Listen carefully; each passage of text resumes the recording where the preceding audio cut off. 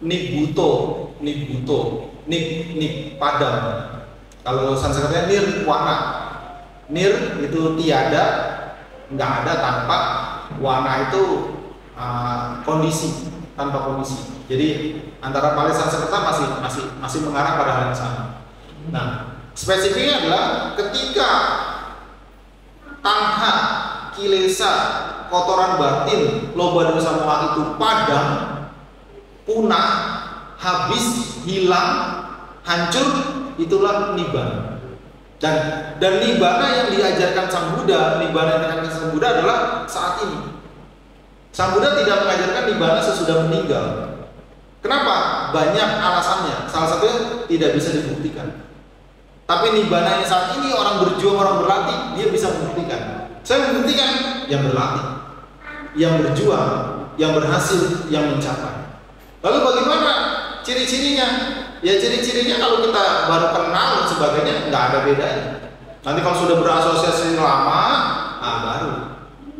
Gitu. Jadi bukan alam, bukan kondisi, tetapi kotoran batin itu musnah, padam, tidak ada kotoran batin sama sekali. Itulah nibbana. Lalu bagaimana orang yang mencapai nibbana? Ya dia normal saja. Cuman sudah tidak melekati dunia.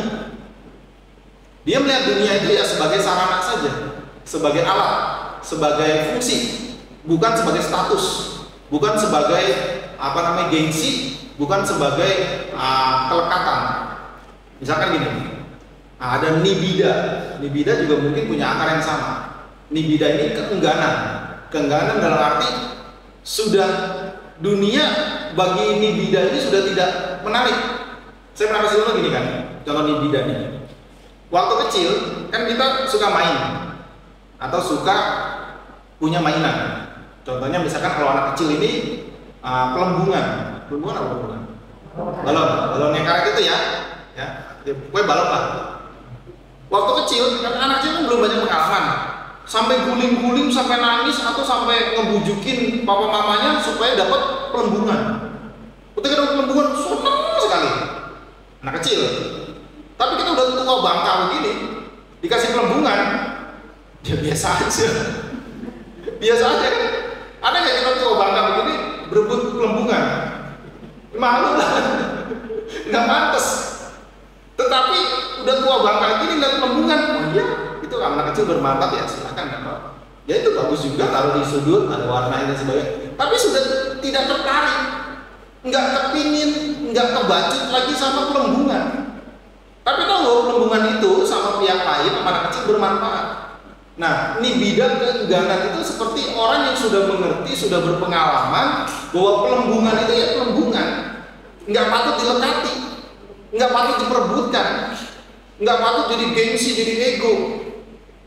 Itu contoh. Nah, orang yang sudah mengerti pelembungan itu cuma mainan dan dia tidak berebut lagi pelembungan, yaitu seperti orang yang tanahnya, kelekatannya, kotoran batinnya sudah terkikis atau sudah padam.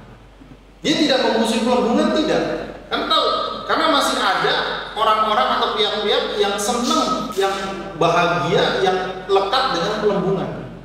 Tapi dia sudah ngerti bahwa pelembungan itu cuma mainan, ya biasa saja. Dikasih ya tidak melekat, ya. Dia kalau punya pelembungan pun rusak, dia tidak marah.